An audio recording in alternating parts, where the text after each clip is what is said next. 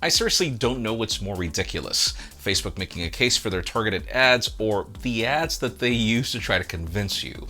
Because yes, in Facebook's attempt to get you to feel that their ads are good, let's just say the campaign is getting a bit out of hand. We have some new leaks that give us more information on the new MacBook Pro displays and other features, and let's just say they sound too good to be true, and we have more information on the OPPO Find X3 series, which is reportedly coming very soon. I'm Jaime Rivera, and somehow, unless someone told me that today was Friday, I seriously had no idea. This is not good, and this is also Pocketnow Daily.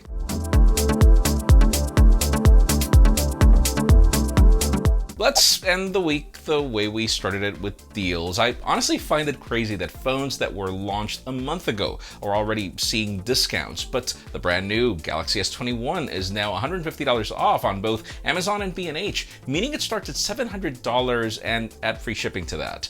Moving on to Verizon for a second, we have the Google Pixel 4a for $240 off if you have a device for trade-in and you obviously grab a new phone line because you weren't expecting that to be free.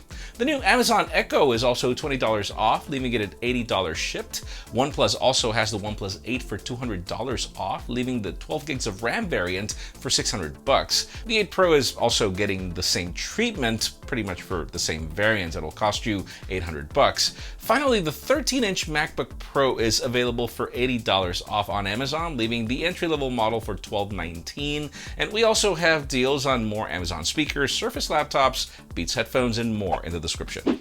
Let's move on to foldables and official news, and I know, what's wrong with the world today? But don't worry, they're actually worth it. We know that Samsung is probably the biggest player in the foldable market, but this isn't necessarily what I would call a mainstream market just yet, with the biggest problem being obviously price tags and the existing concerns. I mean, can you imagine spending so much money on a phone and not being sure if it'll be sturdy enough to last your average use?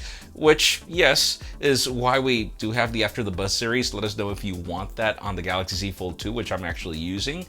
Well, it looks like Samsung has kind of found the solution for this. The company is launching a new buy and try program on Samsung.com where if you buy a Galaxy Z Fold 2 or a Z Flip 5G, you will have to pay the full price for the device, but instead of the typical 14 or 30-day return period, you'll have up to 100 days to return the device if you figure this isn't right for you. And of course, you're still paying, again, the full price for the device unless you go for one of those trade-in deals. But if you're thinking of buying a foldable and just aren't sold, this is pretty much a good way to test the waters out. We'll make sure to link to both of these devices and the options in the links below. Though that said, this program does end on April 1st.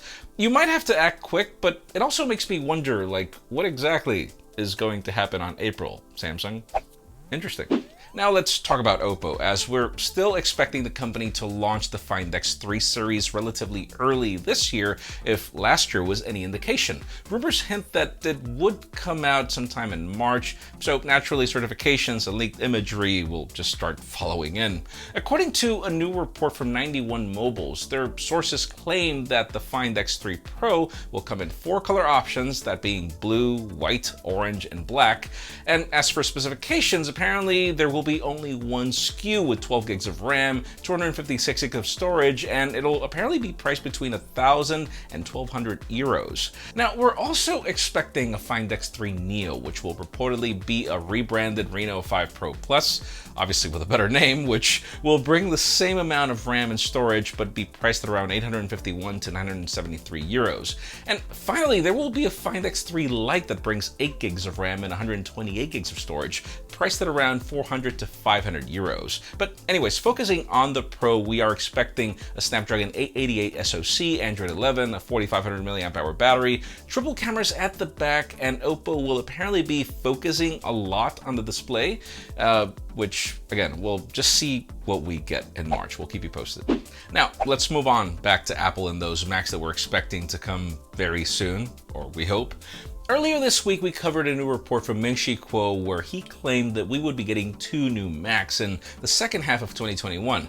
You know, those that actually sound too good to be true by featuring an SD card reader and an HDMI port, along with a brighter display. You know, all things that consumers, or should I say professionals, actually want from a pro computer. Now, we have a new report from DigiTimes that gives us more information on those new displays. According to the report, Apple is expected to unveil 14 and 16-inch mini LED backlit MacBook Pro models, with a company called Radiant being the exclusive supplier of BLUs. Of course, this just serves as further information that Apple is finally moving on to these displays after, years of rumors. As for the Macs, other reports claim that we should expect them around the middle of the year, but still in the second half, so they say probably September or October in an event. Other things that we're expecting from these Macs include a new and faster Apple Silicon chip, MagSafe with faster charging, and they could also be getting rid of the Touch Bar. Honestly, these just continue sounding too good that I'm seriously gonna have a drink and celebrate if they become a reality. Fine, maybe more than one drink. And finally, for the most hilarious news today, let's talk about my least favorite company, Facebook. You know, I'd rather avoid talking about them as much as possible because I've never been secretive about my lack of admiration for their practices, but anyways, here goes.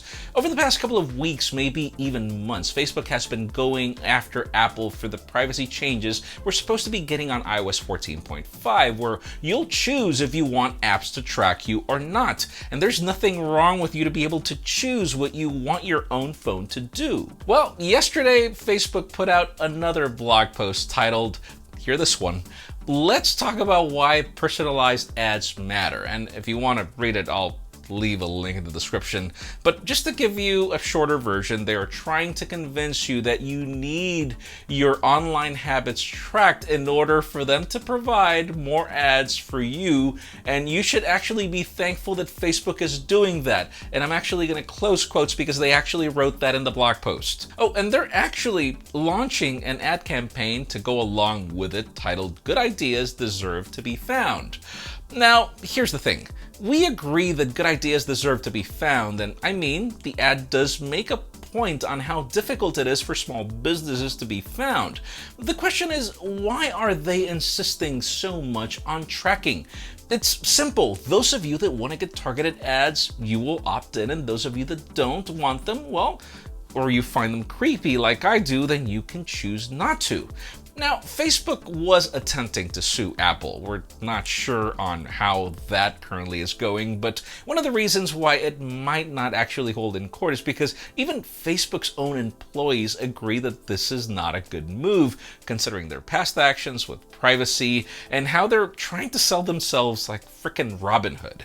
Now, obviously, the most important thing here is what you think. Let us know in the comments down below how you feel about Facebook's attempt to track you, or them trying to convince you that it's a good thing, because honestly, I do find it useful to have some ads tell me easy ways to solve problems that I have, or in my locality, so some of this tracking, okay, it's not that I'm saying the tracking makes sense, I'm just saying I understand that there is some functionality behind it.